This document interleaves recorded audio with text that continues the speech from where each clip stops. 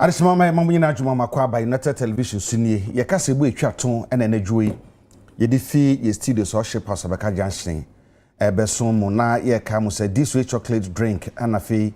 the coffee drink na need fufu need abekwan any special so special drink omu so yasen a ye de kase ebo no ebram na de edi mu akotene bi eni se dom kuma ye centrofo nhia mu e de afa NDC anasa aban no anamahudo bi a watu ni titiru ene onunyafo ato forces kasam tutu bi ode aba mususu se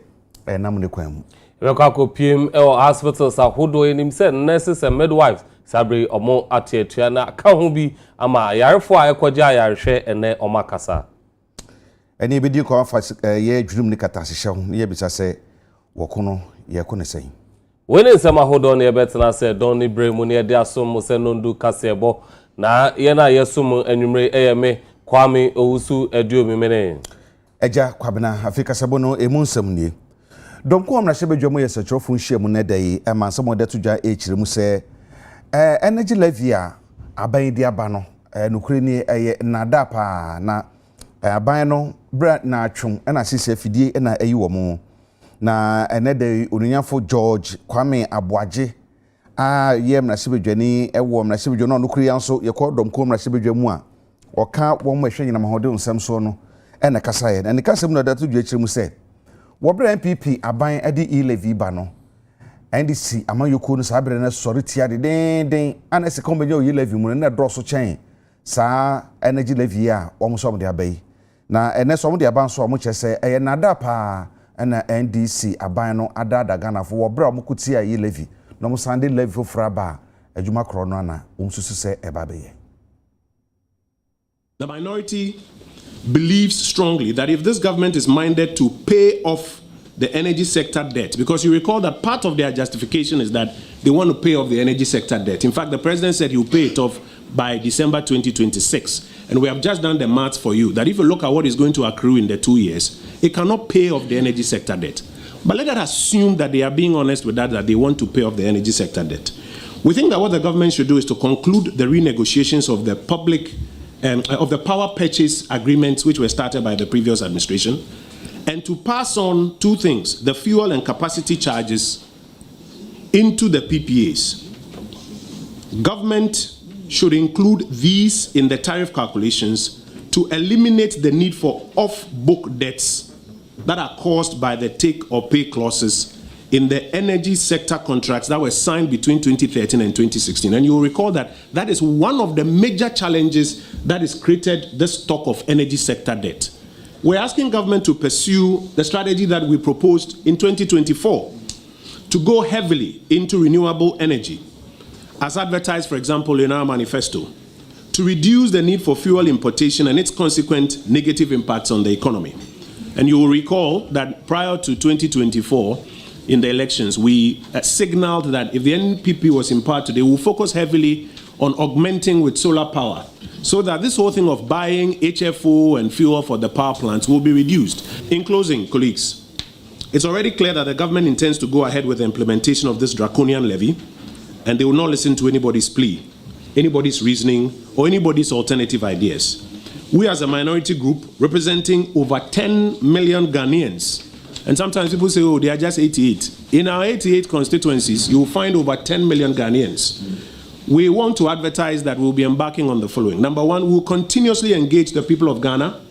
civil society groups, driver unions, and the media to showcase the true impact of this draconian and negative levy that the government is imposing on us. Dada no ni etua petrol 95 pesos awoso.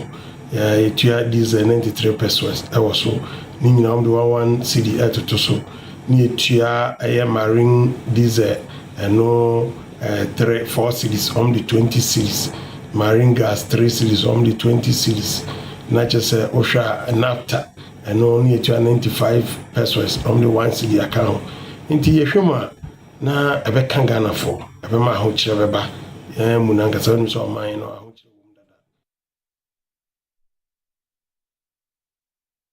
A nurse for any midwife for any omate aban so atua esa musika sembia omohwe sa aban ne behwe no aka ma omo any da etoso enum na UTV in central for ye ba pro ekohwe hospitals ahodo e won kran ha sei ye ne emo a ekoje ayarhwe e wa ayasabi ahodo no ebitwetwe nkomo na enne no omo ho adadwamu pa isanse mbekwa akopim hospitals no na nurse for a enka ne ombetimi ahwe omo ansakora na omatimi akohu a doctor for a nurse for isi omo nya adwuma nti omo toto ahra aban sa aban hwe na nurse for ne midwife for sikasem no onhwe no kan free omo se de be ya ombetimi asa be ya adwuma ya nyina ye nim se apomudin adwumayefo a ewo omantasmai Ghana ha no meye nurse fo na afin so midwife fo wo mo ate atua wo mo akiremu a aban ne nye na adwene se obebo mo ho bra abisade bi a wo mo de atro nanim nie UTV nsantwefo ye boye homodin ne koye me free kran ha me free hohwe nti wanga sa lorry fare no kra free hohwe ba ha sama sa kwa me spend about 500 cedis nti me sa kwa ne 700 cedis akosa no enyame be ye wa hanso no. And so yesterday I buy no one share more issues no more mountain. Na yesu ye hu betoy because near yesterday no affect me one way or the other. I said me say 500 cities with transportation kwa. It be bibi. Nya be ye nso no ma be nya enti no yesra mo. Me ba no pan mum na no mo se o mo ko strike. But na se na me hona me ye minti o ka se me ko fie na me se minti me ko fie enti no na mama card no muguso omohwe ntino muguso omohwe debi obi de ekura be emergency ascend there me de am wo mi ha nti bia na wantimi an survive ti yesre na omomoden ana onye de oda omo akoma so no mo na omo so start mra adwuma omo simi nkoji card mra na doctor no hwe me but first ne de na nka wo ba wo koji card ne po beko nurses phone wa ko check wo BP ne we ba isi am me so mu ni wono muntine ye ba ye ba doctor no street eno hye na ye ne opening kase a woni amansa di nkita ho ema Accra Regional Hospital etwetwe enkomo na maami Juliana Haruna ene yen ekasa ye de fa strike no anase tuatea anase for midwife for apomde anwumayefo no e de ahye so nyina eho na wachiremu a wose sa abredie uhunu se burden no adwuma ni nyina ababegu adokotafo so pa eden enya betesa NSA over Regional Hospital OPD seat na empty ebi mu buy patients ni bi buy anopa no enti near yesisi ani say doctors no because they are not striking omo ye adwuma enti because say obehu say doctors ni bi share patients no but then say it means that someone no mo check vitals no man no mo take vitals say ma medication and all that enti no adwuma na bebre ama doctors no say obia wo role or play nurses wo adwuma omoye doctors and so but because of the strike means you know akoban say doctors no so omunye the same they have to do the work of the nurses and you who say aban afre say leadership of association that is what we have heard into yeah we are hoping that the two government and then the association will come to a conclusion, a positive one.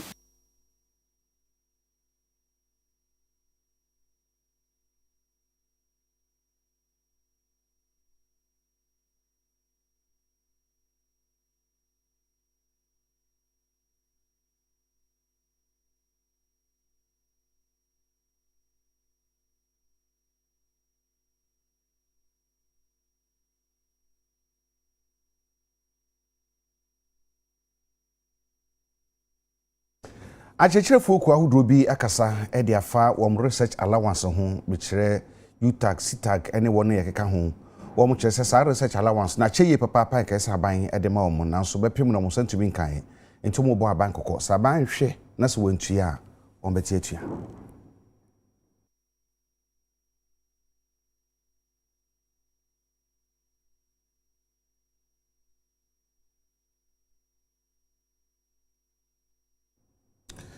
Achechirefo yi ekire se enye ne ena sa research allowance no mo kan ho asem omche so maka ho asem aka na so bepem ne no enya de achechirefo no kire se aban tumi ehu bibia de ama omo no mo kire se efi mfimpi no ene beye dunum dunsia dunson ba nyina na omaka ho asem a omka na aban apia egu ampa aban bi obabia na wapia to nchen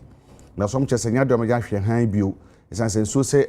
yempanyi se nso tapo nchane a woje wo nti hwe ben busumi ni de to so ba dunum ho ba bi se omon santumi anka mu apapa bi emfi aban ho de a ene ne onyu bi ne kumantwi sitag utag michira chechefo ku ahodo wo man mu nyina yesu apon ahodo ni nyina no omo cheso omo nso on beti atua yeto akasebo no so ayenkopiem asantemantem eho na eye won so a ekoja ahwe ewo hospitals ahodo no omo nso atoto ahra aban se onhwe na nurses and midwife for sikai a enei ati akamu aka ho bi ama omo se omo nkọ adwuma ye nei omo services nya omo redraw enkane omo ye somebody ko jan bebo omo nsa ene omo ti na nka omo de akasa ahra aban na nei besi na idie omo se hospital ahodo no kranya de a ombeko UTV in Central for Kumase ebo ekwa abonten ko hospitals awodo konfa noche ene menhia ene hospital awodo Kumase mountain so ekọ hwe se the strike esi ekọ Jumbo sumeda na etoso enan na nurse for eti atua ewo man mu na ebro na awotwe ya egina so ama yensem twerofo akomiai eye ayaresabia hodo akohwe senia eniamasi ko na ukodu Kumase Maternal and Child Health Hospital ewo pampa so a na areho ayarefo ne guhoi enkwada na yadi anesifo ni ho enti apomodi adwuma yefo aka no na ma adwuma no ayedin ede ama won pa ne no na ayarefo dodo na etiemu ede ekire aban se na daroma ni anesifo yi pebia no wonhwe na wonyema won se ne ebe ya wonum besa be ya adwuma esanse wa adwuma a woye ne ho hia papa ya se wonum eti atuase ya na akoye ohawo Ghana Registered Nurses and Midwives Association chiremu a enkrata bi a wonum ne aban ni tintim yefa wa akatua nsem ho emfie mpinu ne aduonu enan besi ne aban no enye ho hwe wa ye hwebuada enti ene wate atuen ne no na agina so a ama ayarefo binum di adesrede eto aban nanim Doctor no ebi ho on tibi nda ha nurses from there 24 hours 12 me banaje edru se se o moko mba be da je edru nti die stress o munye the needful na nyina ye ho ntoye eno a de woso o moye ma mo ho to mo mba adwuma no monya ma wo na bibia anya fa se nurse for the boy baby be fa baby be tena eni akwa no mo mu na nurse for na adwuma the best abane say onke kan ho nurse for no na de mo pe no wonye mo na asumbi mo the make say abane nyo ma di say de mo because so mu ni ho a eni ho we o senka nurse for na why me ba no yin man but o mu nyina akọ doctor na e de e nko na wa say o mu nyina akọ ni no obi kwa wa say o mu de mai but o mu ko after doctor na be hwe mu nyina ewi a obeyi amaye nti the best abane say omwa nurse for no no onye o ma de say de mom no msunti me mo aye the for the esra omo asem na ba asem ba si so a also omo ni na atnase na omo hwe ye niema ni because we cannot say at the end of the day more agree to the how beba anti yes repany for no say bibi o betimi aye dia esra omo hwe na omo nye na omo sisi nsem no Medical Superintendent of Maternal and Child Health Hospital, Dr. Eric Ni Oku Ai, any UTV in Central for Ekasai. From no my total strike. Into patient numbers no conform, but wow, by the show. And no more word so you go so show. Into a human equaso. Clients now no matter as you say, strike be wo into more number. Into I make sure say emergency be a baby I hwe and a wow we fa ha bia so ehwe nti adwuma na ekoso yi nti from nekono and ama adwuma no form because of total strike the nurses no be integral part of what we do nti I did but we are trying to manage that it's here that both sides have to negotiate to come to an amicable solution so we are filling in the gap till our member assembly to be by a transfer. So yes, let's say nursing leadership and are buying on bed transit normal can amicably. Because we sure say by all means on many solution, but they should start talking. Once they talk, they can come to a solution.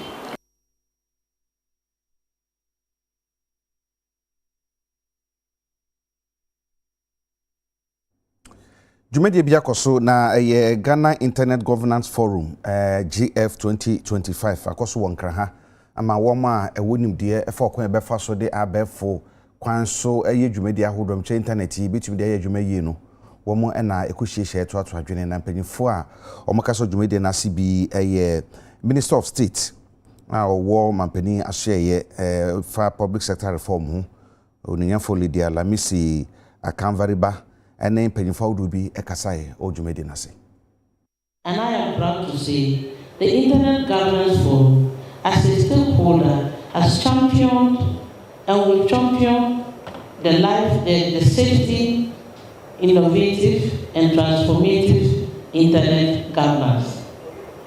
Digital transformation is no longer a futuristic ambition, but a present necessity, and it is therefore our collective responsibility to ensure that this digital transition is inclusive, is ethical, and is secured.